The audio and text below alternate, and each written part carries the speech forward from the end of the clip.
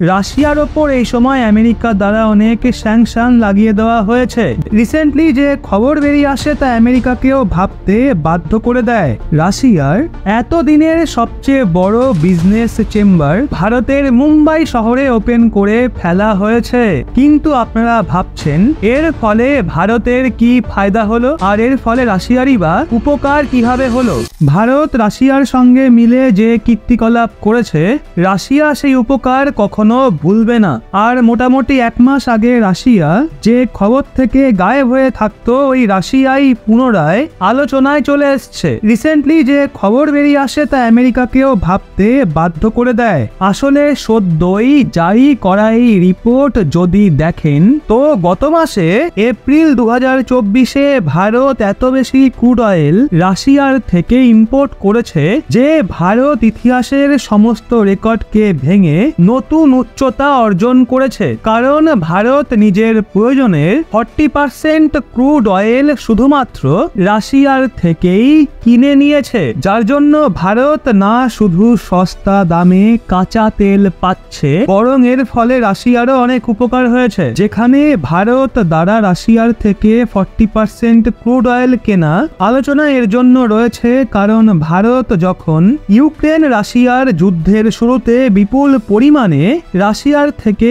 কাঁচা তেল কিনেছিল, তখনও মোট অংশীদারিত্ব 20 থেকে 25% ছিল। আর তারপর রাশিয়া কাঁচা তেলের ওপর ডিসকাউন্ট বন্ধ করে দেয়, যার পর কাঁচা তেলের জন্য রাশিয়ার ওপর ভারতের নির্ভরশীলতা কমে গেছিল। কিন্তু সদ্যই গত মাসে আমরা এত বিপুল পরিমাণে কাঁচা তেল কিনেছি যে মোট প্রয়োজনের 40% কাঁচা তেল শুধুমাত্র রাশিয়ার থেকেই কিনে ফেলেছি। আর সবচেয়ে ভালো ব্যাপার এটাই, এর ফলে ভারত নিজের না শুধু সুবিধা করে নিয়েছে, বরং এর ফলে রাশিয়ারও অনেক উপকার হয়েছে, যার জন্য রাশিয়া চিরকাল কৃতজ্ঞ থাকবে। সম্পূর্ণ আপডেটটা চলুন এবার জানি। কিন্তু এগিয়ে যাওয়ার পূর্বে ভারত অন্য দেশের বদলে নিজের মিত্র রাশিয়ার থেকে ডিসকাউন্টেড প্রাইসে ক্রুড অয়েলকে কিনে নতুন ইতিহাস রচনা করে দিয়েছে। তার জন্য ভিডিওটা অবশ্যই লাইক এবং চ্যানেলটা সাবস্ক্রাইব করে আমাদের সঙ্গে থাকুন।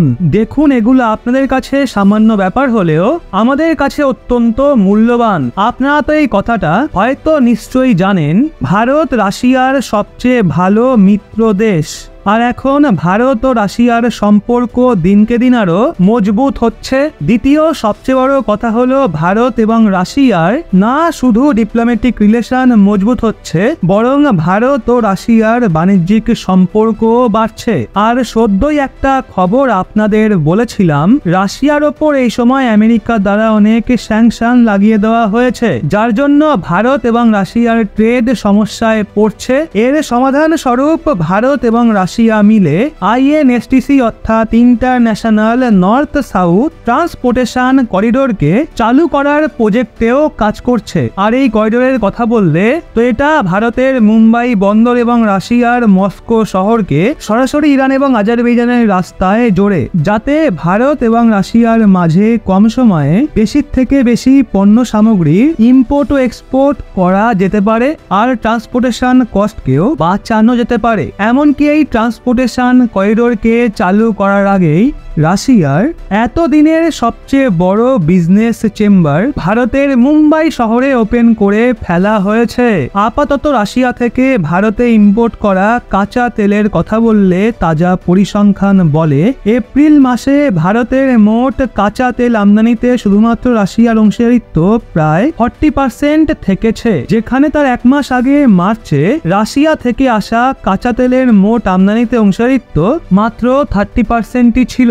মানে ভারত কাঁচা তেলের ক্রয়ে এক মাসের মধ্যে 10%-এর বৃদ্ধি ঘটিয়ে নতুন ইতিহাস রচনা করে ফেলেছে। আর দেখা হলে এটা অনেক বড় একটা নাম্বার যে ভারত 40% কাঁচা তেল শুধুমাত্র রাশিয়ার থেকে কিনেছে।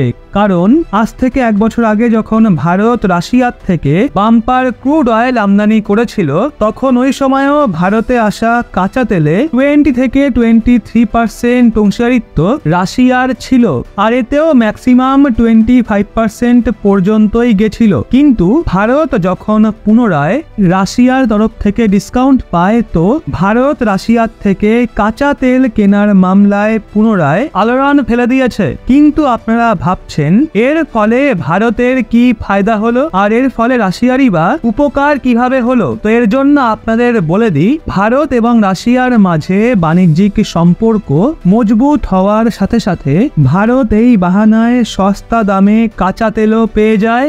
আর ভারত গত বছর রাশিয়ার থেকে যে পণ্য সামগ্রী কিনেছে তার জন্য আমরা ম্যাক্সিমাম রুপিতেই পেমেন্ট করেছি, যার জন্য ভারতীয় রুপি নতুন পরিচয়ও পেয়েছে। আর আমাদের কাছে যে বিদেশি মুদ্রা ভান্ডার ছিল সেটা কাঁচা তেল কিনতে গিয়ে খরচ হওয়া থেকে বেঁচে যায়, যার ব্যবহার আমরা অন্য প্রজেক্টে করেছি।